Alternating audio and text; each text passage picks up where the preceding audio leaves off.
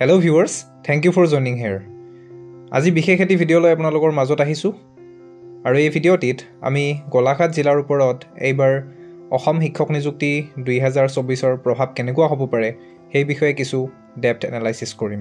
আশা কৰোঁ আপোনালোকে ভিডিওটো শেষলৈকে চাব আৰু ভিডিওটিৰ শেষত মই এখনি গ্ৰাফিক্স আপোনালোকৰ কাৰণে লৈ আহিছো। যিখনি গ্ৰাফিক্সত মই unreserved, OBC, ST plain, ST hill, SC এইকেইটা কেটেগৰীৰ কাৰণে কিছু সেফেষ্ট মাৰ্ক আপোনালোকৰ কাৰণে লৈ আহিম। সো ভিডিওটি পলম নকৰি আমি আহকচোন আৰম্ভ কৰোঁ।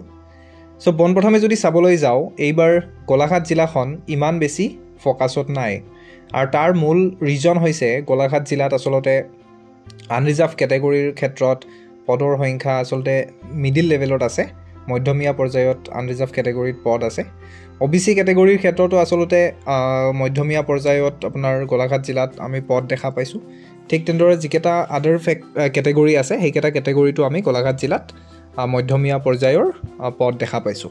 যিহেতু এইবাৰ অসম শিক্ষক নিযুক্তি 2024ৰ বহুত কেইখন ডিষ্ট্ৰিক্টতে আনৰিজাৰ্ভ কেটেগৰী হওক, OBC কেটেগৰী হওক যথেষ্টখিনি আমি পদ দেখিছোঁ। গতিকে তাৰ ফালৰ পৰা লক্ষ্য কৰি পেলাই মেক্সিমাম কেণ্ডিডেটে কি কৰিছে, গোলাঘাট জিলাখন আসলতে এভয়েড কৰিছে।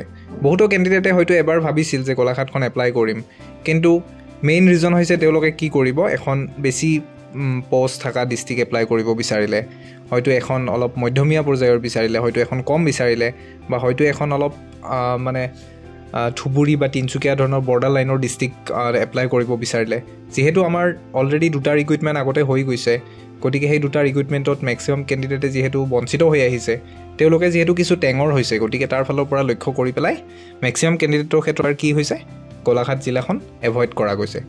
অৱশ্যে এটা কথা আমি ক'ব লাগিব, গোলাঘাট জিলাৰ যিখিনি হোম ডিষ্ট্ৰিক্ট কেণ্ডিডেট আছিলে তেওঁলোকে হয়তো 70 to 80% কেণ্ডিডেটে গোলাঘাট জিলাখন এপ্লাই কৰিছে, যাৰ যিখিনি কেণ্ডিডেটৰ অকণমান মাৰ্ক ভাল আছে। কিন্তু আদাৰৱাইজ যিখিনি কেণ্ডিডেটৰ মাৰ্ক অকণমান কম আছে তেওঁলোকে হয়তো গোলাঘাট জিলাত অলপ ৰিস্ক ল'ব টান পাইছে, হয়তো ভাবিছে যে গোলাঘাট জিলাত যথেষ্টখিনি এপ্লাই কৰিব। যিহেতু ডিষ্ট্ৰিক্ট চিলেকশ্যন এটা বহুত আচলতে হাৰ্ডেষ্ট প্ৰচেছ হয়, যিটো মানে আচলতে খুব কঠিন কাম ডিষ্ট্ৰিক্ট চিলেকশ্যন কৰাটো। সেইটো আমিও মানে আগতে পাই আহিছোঁ, ডিষ্ট্ৰিক্ট চিলেকশ্যন কৰাটো কিমান কঠিন হয়। আৰু তাৰ প্ৰতি লক্ষ্য ৰাখি পেলাই গোলাঘাট জিলাত এইবাৰ আচলতে এপ্লিকেণ্টৰ সংখ্যা ইমান বেছি হোৱা নাই। আৰু লগতে আমি আকৌ এটা কথা ভালকৈ চাব লাগিব যে গোলাঘাট জিলাৰ ওচৰত কি কি জিলা আছে। হয়, গোলাঘাট জিলাৰ ওচৰত আপুনি নগাঁও জিলা পাব, মৰিগাঁও জিলা পাব, আপুনি লখিমপুৰ জিলা পাব, আপুনি ডিব্ৰুগড় জিলা পাব, যোৰহাট জিলা পাব, কিন্তু তাৰ ভিতৰত শিৱসাগৰ জিলাখনো পাব।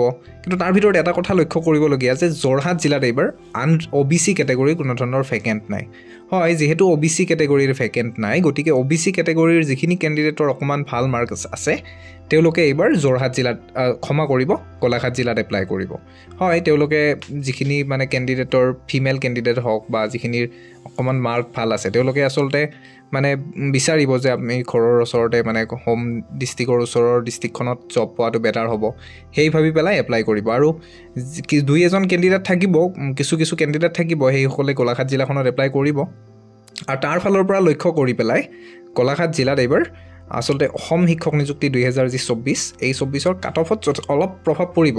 কিন্তু আপোনালোকে ভবাৰ ধৰণে গোলাঘাট জিলাত আচলতে যিমানখিনি কাট অফ আপোনালোকে ভাবি আছে, কিন্তু তাতকৈ যথেষ্টখিনি কাট অফ এইবাৰ গোলাঘাট জিলাত কমিব। আহকচোন আমি এনেকুৱা কি মেজৰ ফেক্টৰ্ছ আছে আৰু গোলাঘাট জিলাত কাট অফ কমা আকৌ এবাৰ চাই লওঁ। তো ফাৰ্ষ্ট মেজৰ ফেক্টৰ হৈছে NIOS কেণ্ডিডেট কেঞ্চেল হৈছে। ছেকেণ্ড মেজৰ ফেক্টৰ হৈছে BEd কেণ্ডিডেট নাই। থাৰ্ড মেজৰ ফেক্টৰ হৈছে এইবাৰ অসমৰ বহুতকেইখন জিলাতে যথেষ্টখিনি আমি পদ দেখিছোঁ, গতিকে গোলাঘাট জিলাখন মেক্সিমাম কেণ্ডিডেটে এভয়েড কৰিছে। ফ'ৰ্থ মেজৰ ফেক্টৰ হৈছে যিহেতু এইবাৰ নিউ চিটেট এইবাৰ এপ্লাই কৰিব নাপায়, গতিকে তাৰ ফালৰ পৰা এইবাৰ যথেষ্টখিনি কাট অফ অকল গোলাঘাট জিলাত বুলিয়ে নহয় বাকীকেইখন জিলাতো যথেষ্টখিনি কমিব। আহকচোন এতিয়া আমি গ্ৰাফিক্সত ছেফেষ্ট মাৰ্ক কি হ'ব পাৰে গোলাঘাট জিলাৰ ক্ষেত্ৰত চাই লওঁ।